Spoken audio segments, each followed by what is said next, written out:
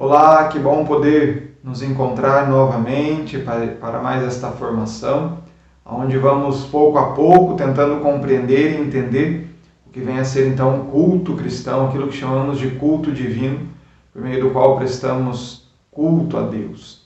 No nosso último encontro falávamos a respeito da centralidade de toda a liturgia na pessoa de Jesus. Agora gostaria de entender três grandes elementos da teologia litúrgica, que é o sacrifício, o altar e o templo.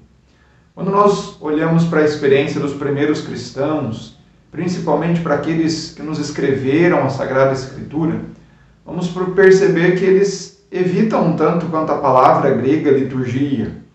Essa palavra é utilizada somente lá depois com a patrística, com os primeiros padres, mas lá na Sagrada Escritura se busca não usar esta palavra para falar do culto, da celebração litúrgica, porque os primeiros cristãos, aqueles que tiveram um contato com Jesus, os apóstolos, depois Paulo, na sua experiência missionária, entendem que o culto que nós cristãos assumimos não é um culto semelhante ao culto do Antigo Testamento, pautado em regras, em normas, mas é um culto que se manifesta através de uma disponibilidade em espírito e verdade, como Jesus vai dizer à samaritana lá no capítulo 4 do Evangelho de João.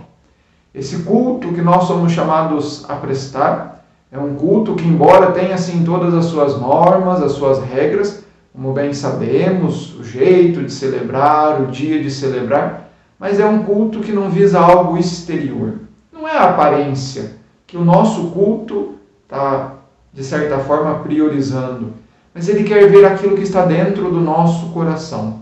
Então, os primeiros cristãos evitavam de usar a palavra liturgia para entender aquilo que eles realizavam enquanto oração.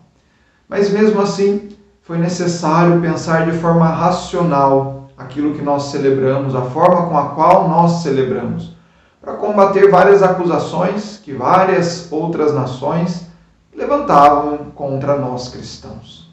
Desta forma, logo depois do nascimento da Sagrada Escritura, e já entrando então naquilo que chamamos de patrística, no século II, III, IV, até o século VIII, nós vamos perceber grandes autores que nos ajudam a entender aquilo que é o culto, aquilo que nós prestamos.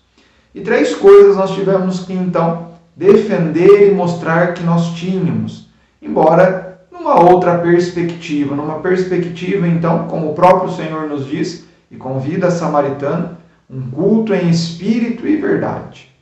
Assim, nós tínhamos que defender a respeito dos nossos templos, dos nossos altares e dos sacrifícios que nós realizávamos.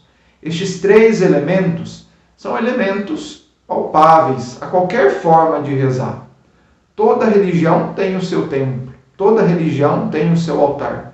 Toda religião tem os seus sacrifícios. E nós, cristãos, de uma forma muito peculiar, entendíamos essa tríplice dimensão da teologia litúrgica numa outra perspectiva. E aí, então, nós precisamos entender aquilo que nós fazemos, aquilo que nós celebramos, com base nesses três grandes elementos. O primeiro, eu gostaria de enfatizar e de lembrar é a respeito do sacrifício. No culto cristão, nós não sacrificamos animais, como os judeus faziam no culto antigo, nem sacrificávamos pessoas ou crianças, como em muitos cultos pagãos era muito corriqueiro se perceber. O nosso sacrifício se manifesta de uma forma totalmente diferente. É o sacrifício de Jesus. E nós, toda vez que celebramos a Eucaristia, que é para nós sim banquete, mas também sacrifício, recordação, memória daquilo que Deus pode fazer por cada um de nós, o que Ele fez para poder nos salvar. Então aqui nós percebemos que nós já não mais ofertamos animais, nem qualquer outro tipo de sacrifício, porque o sacrifício de Jesus na cruz foi um sacrifício perfeito, como a própria Sagrada Escritura nos ensina. Contudo, neste sacrifício de Jesus, podemos adicionar os nossos sacrifícios particulares e pessoais. Aquilo que nós realizamos no nosso dia a dia, para que a gente possa nos associar a Jesus Cristo. Seja um jejum, seja uma oração, seja alguma coisa da qual nós nos privamos. Tudo isso nos ajuda a entrar nessa dinâmica da cruz. Essa cruz que será tão importante para cada um de nós, pois ela é vista pelos primeiros cristãos e deve ser vista por cada um de nós como nosso altar primordial. Assim nós entramos naquilo que é a segunda condição, o segundo elemento da teologia litúrgica, que é o altar. Todo sacrifício ele necessita de um altar, de um lugar onde o sacerdote então pode sacrificar aquele ou aquilo que vai ser ofertado. E os cristãos, nós não entendemos o nosso altar como um lugar fixo. Até mesmo diferente da cultura judaica, da religião judaica, o nosso altar ele é possível encontrar em qualquer igreja. Pense no altar da sua igreja. Pense aonde você celebra a Eucaristia neste momento. Para o judeu, não existia essa multiplicidade de altares, mas um único altar na cidade de Jerusalém. E ali então os cristãos tiveram que entender qual era o nosso altar. O nosso altar é ao mesmo tempo a cruz de Jesus e o próprio Senhor Jesus Cristo. Neste altar, Jesus se oferece, se entrega. Aquilo que ele mesmo diz no Evangelho de João. Agora já não mais sou eu, vocês, não são vocês que acabam me pegando e me matando, mas eu me entrego livremente. E nessa entrega livre, no altar da cruz, podemos cada um de nós, junto com Jesus, experimentar a salvação de Deus que vem ao nosso encontro. Por isso, nos nossos altares, normalmente, ou próximos deles, nós encontramos uma cruz para recordar que tudo aquilo que nós fazemos por causa da cruz do Senhor, daquilo que Ele fez para nos salvar. Mas cada um de nós podemos ser o nosso próprio altar.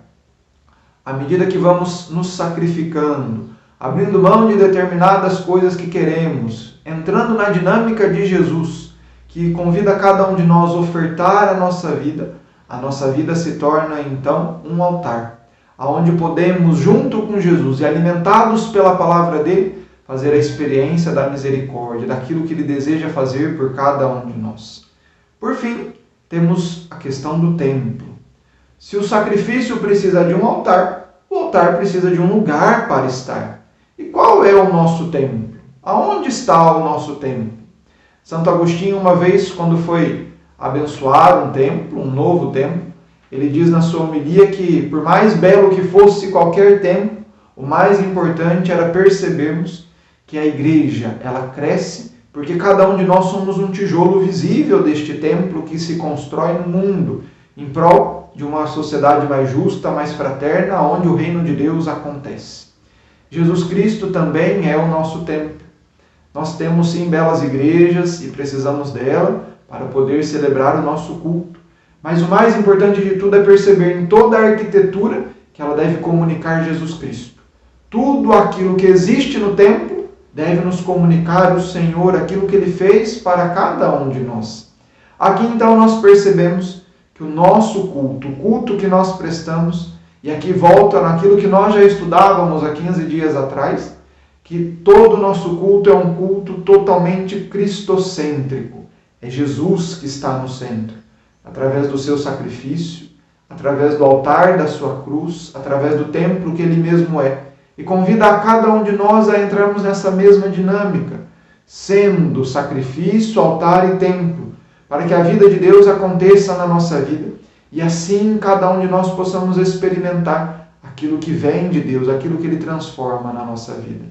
Por isso que o nosso culto, ele é de certa forma, a nossa liturgia é de certa forma, ao mesmo tempo essa experiência cristológica, onde abraçamos Jesus, compreendemos a palavra dele e podemos caminhar com ele em prol de um mundo melhor, em prol de que cada um de nós sejamos cada vez mais pessoas abertas ao seu Evangelho e assim aprendendo com ele viver aquilo que ele deseja para cada um de nós.